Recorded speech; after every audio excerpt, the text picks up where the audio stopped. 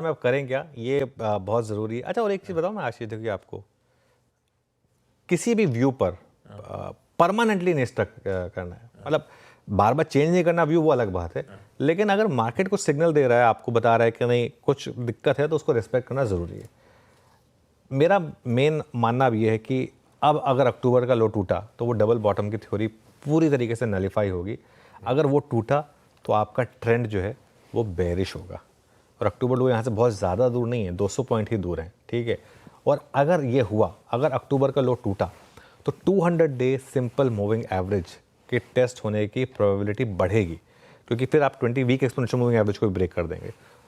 200 अक्टूबर लो क्या है 24,568, 20 week exponential moving average भी यहीं पर है। हमने बात की थी कल कि वहीं से बाउंस बैक दिया था मार्केट ने, इसलिए डबल बॉटम की थ्योरी बन रही थी। लेकिन अगर ये टूटा तो 200 डे मूविंग एवरेज वो कहाँ पर है, 23,325 पर। ध्यान रखिए, जब तक मार्केट 200 डे मूविंग एवरेज के ऊपर है ना, तब तक ये बुल मार्केट ही है। बुल मार्केट की ही करेक्शन है, ये तो हमको आदत लग गई है। वरना 200 डे मूविंग एवरेज के टेस्ट तो बहुत बार होते हैं, स्टॉक्स में तो कितनी बार होते हैं, ठीक है। तो ये एक बुल मार्केट की करेक्शन है।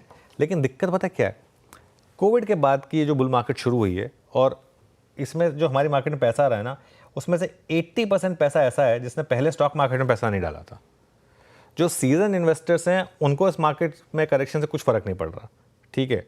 आज जैसे मैं हूँ फॉर एग्जांपल, मैं निफ्टी ETF इन्वेस्टर हूँ, या फिर मैं कोई अगर एक पोर्टफोलियो इन्वेस्टर हूँ, मुझे फ़र्क नहीं पड़ता यहाँ से अगर निफ्टी और 1000 पॉइंट भी गिर जाएगा, मैं तो और ऐड कर दूंगा निफ्टी ETF।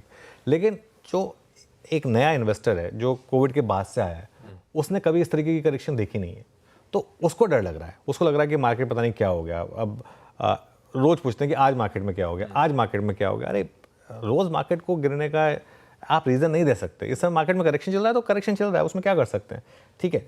और 2003 से 7 वाली बुल मार्केट में तो ये करेक्शन बहुत नॉर्मल होती थी। हम सब थे उस समय मार्केट में, आशीष 5-6% मार्केट करता था, हम उसको करेक्शन मानते भी नहीं थे। करेक्शन तो 10% से स्टार्ट होती थी कि 10% पे करेक्शन है, 20% पे बड़ी करेक्शन है, 30% पे बेयर मार्केट है। आजकल 2% पे लोग करेक्शन मानते हैं, 5% पे तो बेयर मार्केट है। बहुत लोगों ने उसको ऑलरेडी बेयर मार्केट कहना शुरू कर दिया है, जबकि ये एक हेल्दी बुल मार्केट करेक्शन है।